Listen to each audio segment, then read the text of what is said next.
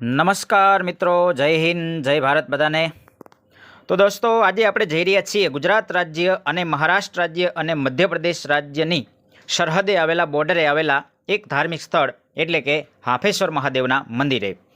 સાથે સાથે નર્મદા ડેમના પણ આજે આપણે દર્શન કરશું।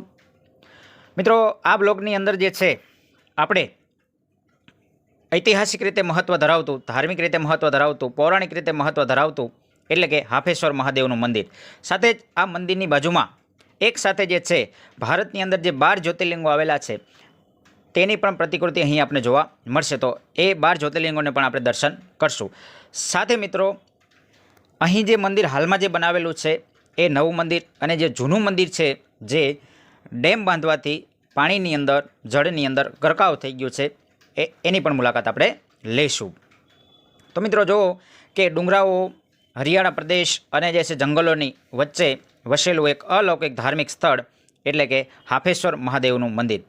આ સ્થળ જે છે મિત્રો, છોટાઉદેપુર જિલ્લાના કવાંટ તાલુકાથી થોડા આગળ જઈએ એટલે જંગલો, ડુંગરાઓની વચ્ચે વસેલું છે આ એક ધાર્મિક સ્થળ હાફેશ્વર મહાદેવનું મંદિર। આ મંદિરની આજુબાજુનું જે વાતાવરણ જે છે એ સૌંદર્યથી ભરેલું, અરણ્યથી ભરેલું અને જે છે મિત્રો એકદમ જે છે હરિયાળા પ્રદેશની વચ્ચે વસેલું એટલે કે એક ધાર્મિક સ્થળ હાફેશ્વર મહાદેવનું મંદિર। ઐતિહાસિક રીતે ઘણું બધું મહત્ત્વ છે, ધાર્મિક રીતે પણ ઘણું બધું મહત્ત્વ છે, પૌરાણિક રીતે પણ ઘણું બધું મહત્ત્વ છે મિત્રો આ મંદિરનું।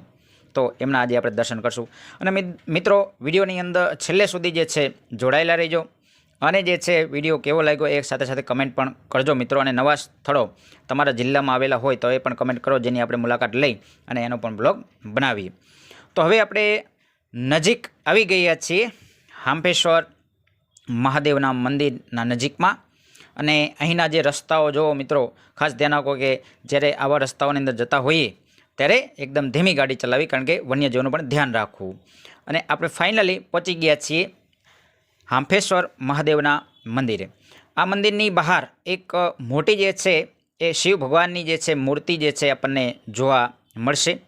સાથે સાથે આ મંદિરનું પરિસર પણ થોડું મોટું છે અને એ પરિસરની આજુબાજુ ઘણા બધા મુલાકાતીઓ, ઘણા બધા જે છે સેવાભાવીઓ, ઘણા બધા જે છે ભાવિ ભક્તો મુલાકાત લેતા હોય છે। અહીં તમે કોઈ પણ સિઝનની અંદર, ઉનાળો, ચોમાસું કે મિત્રો શિયાળાની અંદર ગમે ત્યારે તમે અહીં આવી શકો છો। આ મંદિરના 12 માસ દર્શન તમને થઈ શકે છે। આ મંદિરની અંદર મિત્રો જે ભગવાન શિવ બિરાજમાન છે, સાથે સાથે જે છે આજુબાજુ 12 જ્યોતિર્લિંગોની પણ સ્થાપના કરવામાં આવી છે, જે ભારતના અલગ અલગ રાજ્યોમાં અલગ અલગ જ્યોતિર્લિંગ છે। તો મહાદેવ ભગવાનના જે છે આપણે જે છે દર્શન કરીએ। જય હાફેશ્વર જે છે મહાદેવ। આ મંદિર જે છે એની અંદર રહેલું કોતરણી કામ, ગુંબજ અને એ બહુ મહત્ત્વનું છે અને તેના પણ આજે આપણે દર્શન કરશું।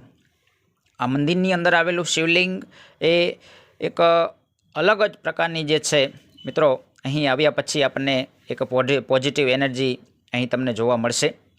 તો દર્શન કરો મિત્રો હાફેશ્વર મહાદેવના। સાથે સાથે જે છે આજુબાજુમાં પણ જે છે બીજા મંદિરો આવેલા છે। આ હાફેશ્વર મંદિરના પરિસરમાં અન્ય પણ ઘણા બધા નાના મોટા મંદિરો છે મિત્રો, અને એના પણ દર્શન કરીએ આપણે। આ મંદિરના જે છે ઉપરના ભાગમાં ગુંબજની અંદર આપણે જોઈએ તો એકદમ જોરદાર રીતે જે છે કલાકૃતિ અહીં કંડારાયેલી છે મિત્રો, અને ભગવાન શિવ સાથે જોડાયેલા પ્રસંગોનું પણ અહીં વર્ણન જે છે કરેલું છે, આ ચિત્રો ઉપરથી તમે જોઈ શકો છો।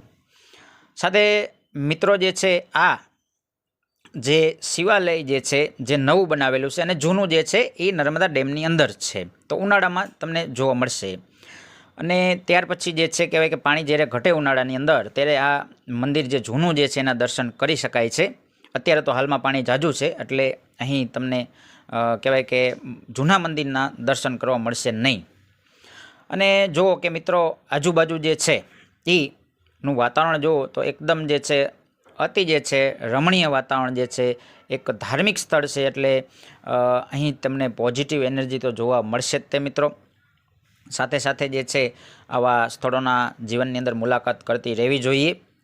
અને જો આજુબાજુ 12 જ્યોતિર્લિંગો, જેમ કે આપણા ગુજરાતની અંદર આપણે જોતા હોય મિત્રો કે નાગેશ્વર જ્યોતિર્લિંગ, સોમનાથ જ્યોતિર્લિંગ, મહારાષ્ટ્રમાં ત્રંબકેશ્વર જ્યોતિર્લિંગ, ધ્રુણેશ્વર જ્યોતિર્લિંગ, ભીમાશંકર જ્યોતિર્લિંગ.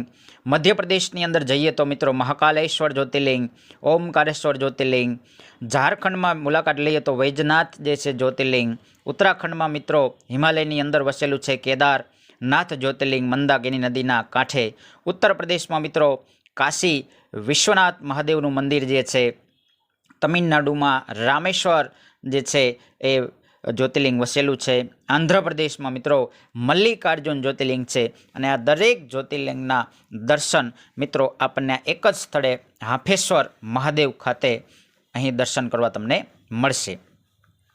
આ જે છે એ ધાર્મિક સ્થળ તો છે જ તે મિત્રો, પરંતુ ઘણા બધા મુલાકાતી લોકો અહીં આવવા માટે જે છે એ કહેવાય કે સર્ચ ને એવું બધું કરતા હોય છે. તો અહીં તમારે કવાંટ આવવાનું છે, અથવા તો તમે મહારાષ્ટ્ર MP બાજુથી આવતા હોય તો બોટની પણ સુવિધા મળી રહેશે.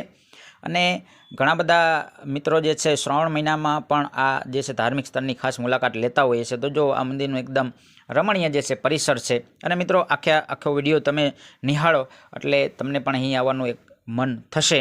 અને 100% મુલાકાત લો મિત્રો આવા ધાર્મિક સ્થળોની જે છે. આજુબાજુ જુઓ તો સરસ મજાનો બગીચો છે, સરસ મજાના ફૂલ જે છે ખીલેલા છે.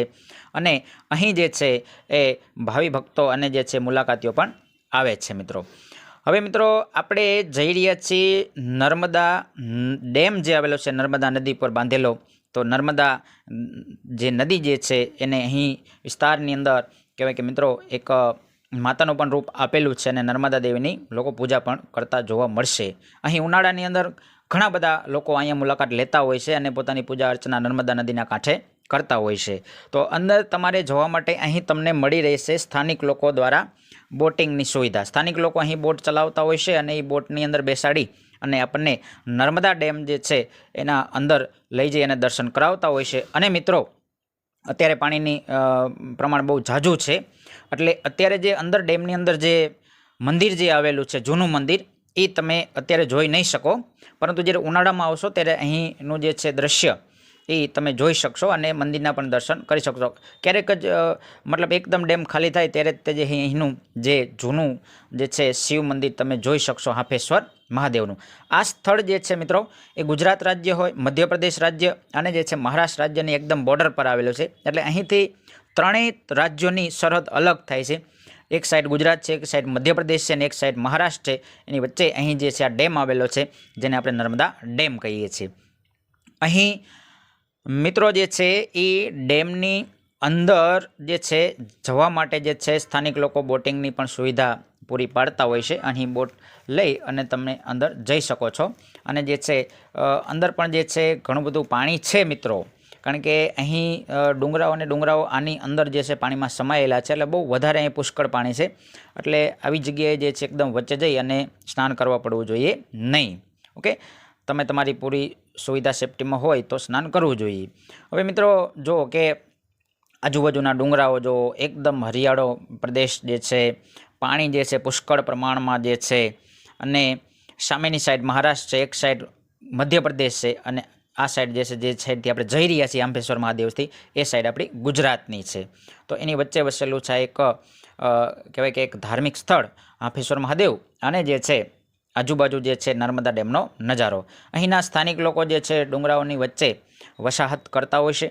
અને જે છે મિત્રો આજુબાજુ જે છે એ લોકો રહેતા પણ હોય છે. અને સ્થાનિક લોકો જે છે અહીં ડેમની અંદર મિત્રો પોતાની રોજગારી માટે બોટિંગ પણ ચલાવતા હોય છે. તો 100% મુલાકાત લેવી આ વિસ્તારની અને બોટમાં બેસી અને તમે અંદર જશો એટલે કે અલગ જ પ્રકારની તમને કહેવાય કે મિત્રો કુદરતી દ્રશ્યોથી પ્રકૃતિથી નજીક જવાની, પ્રકૃતિને મળવાની.